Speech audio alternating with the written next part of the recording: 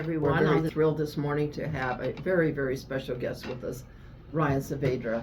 This is the incredible artist who is painting a magnificent mural on the front of the Wheels Museum, and it is going to highlight the Wheels Museum in ways that it's never been highlighted. And he has told me that people come by and honk and love it, and everybody's coming, and television stations are coming, and newspapers and everybody, and it's almost complete. So we're just absolutely thrilled. We cannot thank you enough, Mr. Saavedra, for what you're doing for our community. Tell me a little bit about you and how you started doing murals and how this all came about. Thank you. I want to say thank you. Oh, my pleasure. For liking my art and letting me. We love it. We love it. Painting on your building here. Oh, we're so thankful. I've been doing murals for over 30 years here in Albuquerque and for folks around town, custom artwork. I'm very active in the art community. In a sense, artists are always busy doing their thing.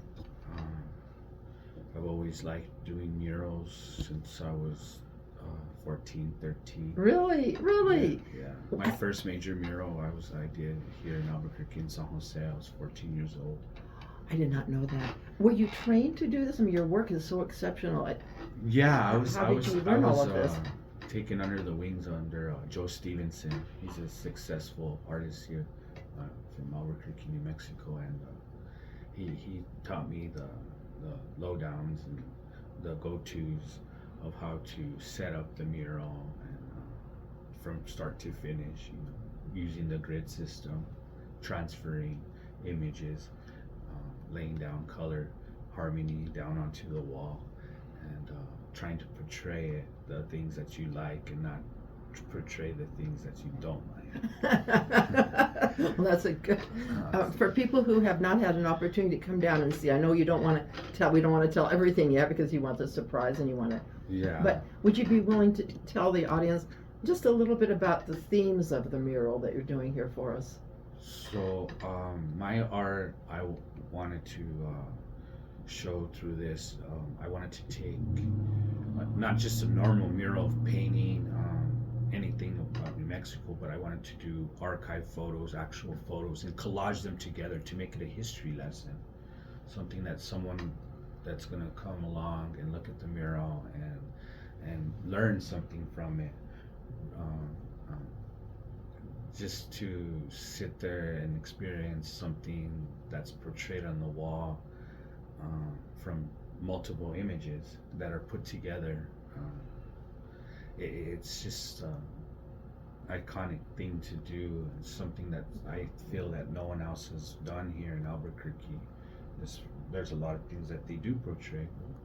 As far as my technique, it's a little bit different than everyone else's. When we first met, you laid out all the pictures and everything, and you were so extremely kind to us because this is sponsored by the city of Albuquerque. Yes. And we've been so fortunate to be able to actually work with you because this is a transportation hub of America.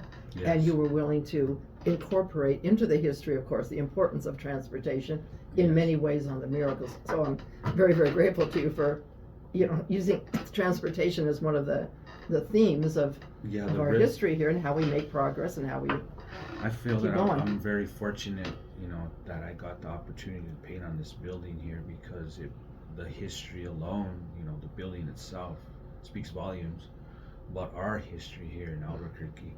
So by putting that into the mural with the trains being worked on, the technicians, the first bikes coming through, the first cars coming through, the first form of architecture coming back from the east, that being portrayed onto the mural helps us tie the history so that when people do come through here, they do learn that. They do learn that those were the first things coming through, and that's what brought those all here was the train.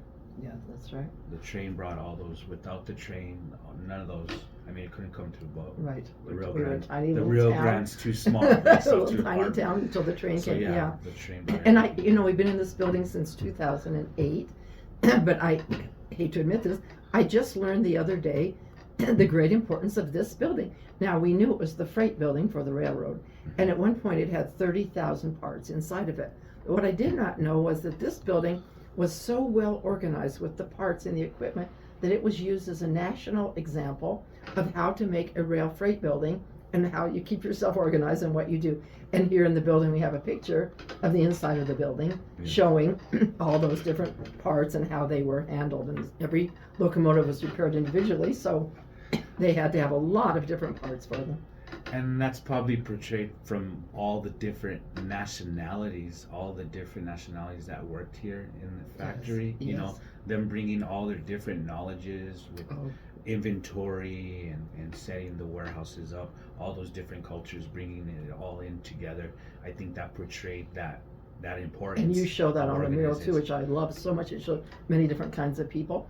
And when they came here, they did bring, or they didn't exactly bring, but the men came from 27 countries. Yes, there was 27 different nationalities. Yes, at that Albuquerque was forged. At that time. Yeah. I think we have over 100 now, but yeah. And we have a map on our board here where people can put when they visit us from all the different countries where they come from too. Yeah, me growing up, I always thought that, you know, it was just like 3 different types of nationalities. Sure. I didn't know there was Anglo, you know, and Native and Hispanic. Right, you know. right, that's right. But there were so many different other cultures going through here. So we're so grateful. You learn too. I learned too. You know, everybody learns all through it. Well, that's exactly right. Even being a native from Albuquerque, you know. Me too. I'm still learning. We didn't know these things. When I talk to children now, when I do field trips with children, I always talk to them about the melting pot. You know, and that so they will understand the importance of having a melting pot and that kind of a culture. And you're portraying that with all the different kinds of people that you're showing there. Yeah, my drive for art has always been. I've always been like a closet artist. I have a lot of art at home. Usually when I do my art, it sells before it's done. You know, it's commissioned before it's finished. But a lot of my stuff I keep to myself. And since the death of my son 4 years ago, he was 18. It's brought my drive. I realized how precious life is, how short of time that we have on this earth, how valuable the second is to the hour. And I've learned that every moment counts in the day. So I'm trying to use this as a mark, not only for myself, that I'm here for a short period of time, but to help others heal. Because I've hired 10 other families to come aboard to work on this mural. They are uneducated to art.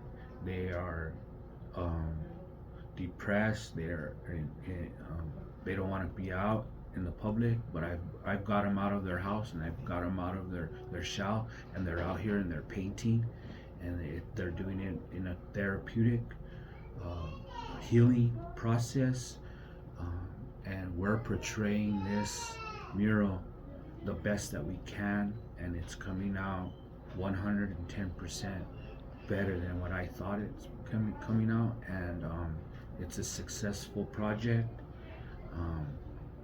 and that's the major key about this mural, is that I'm bringing these families together.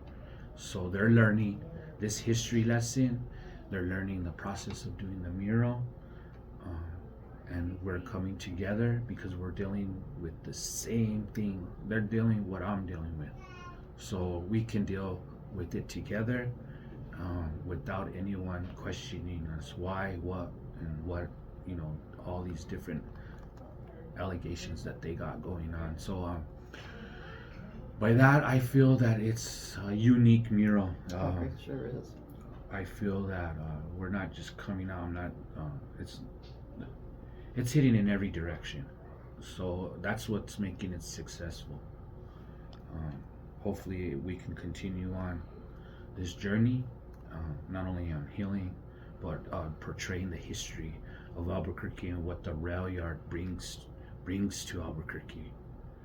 We can tell, we know your heart and soul are in this, and we have more room on the front of the building, so we hope that you will. Also, I do know that I understand that you're going to name the people we've lost, and I'm gonna try to portray that in there on the credits for them, so that way they have their loved one's name on there, so that way we honor them. Yeah. You know, we give them a sense of dignity and a sense of hope, so that way they can come over here and they can honor that, and they send their loved ones over here and they say, hey, we were part of this project here. Yes. So not only does it live a legacy for me, it leaves a legacy for these other families too. Legacy is exactly the right word. We cannot thank you enough. For one moment, I want to change, if I may, just to a lighter part of this, because I have another question. You have 2 roadrunners on the mural. Would you please tell us why we have 2 roadrunners on the mural? Well, one of the roadrunners has a lizard in his mouth. Yes.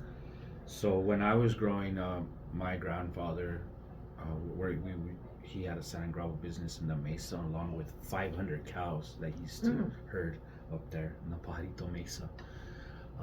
We used to see roadrunners all day, every day, and he used to say, when you see a roadrunner with a lizard in his mouth before he's consumed it, that means that it's good luck for you. That brings good fortune. So that one, he does have that. And then I have another one. He's running to the right, and he's supposedly crossing the road there. So when you see a roadrunner crossing the road, and he's running from the right side, that's supposedly good luck too. So this is all folklore tale from my grandpa, that his father and his cousins and his friends from the pueblos, you know, he had a lot of friends from Isleta. Everyone talked about that. So everyone was out looking for roadrunners for good luck. Oh, that's wonderful. Well, you brought us a great deal of good luck. Your friendship means so much to us. I appreciate We're that. so grateful to you. I cannot thank you enough for doing the podcast I really today. appreciate your guys' hospitality. Oh, it's our great pleasure. It's been a great honor for me. When it's all done, we're going to have a big celebration. And yes. And I hope everyone will come and see it forever and ever. Yeah, of course they will. Yeah, you know, all these tourists have been coming out and from all over the country, especially. I had not only that, all over the world. I had a couple come out from Australia, they're Puerto Rico, from Paris. I was translating on my iPhone speaking French. Oh wow, that's great. But it was a great honor meeting those people. You know, we they get come people from all over the to world. to come here. We're trying to expand it, and we want to go every step of the way with you if we're lucky. Yes, so, of course we're lucky. Thank you so much. Thank you very much. Because we're so excited and thrilled about what you're doing. Everyone wants to know, when is it going to be finished? So we don't want to rush you in any way or anything, but do you have a general idea of when we might be finished? So this Thursday is the start of our state fair. That rolls on for 2 weeks? Yeah. So then after that we have the balloon fiesta. Yes.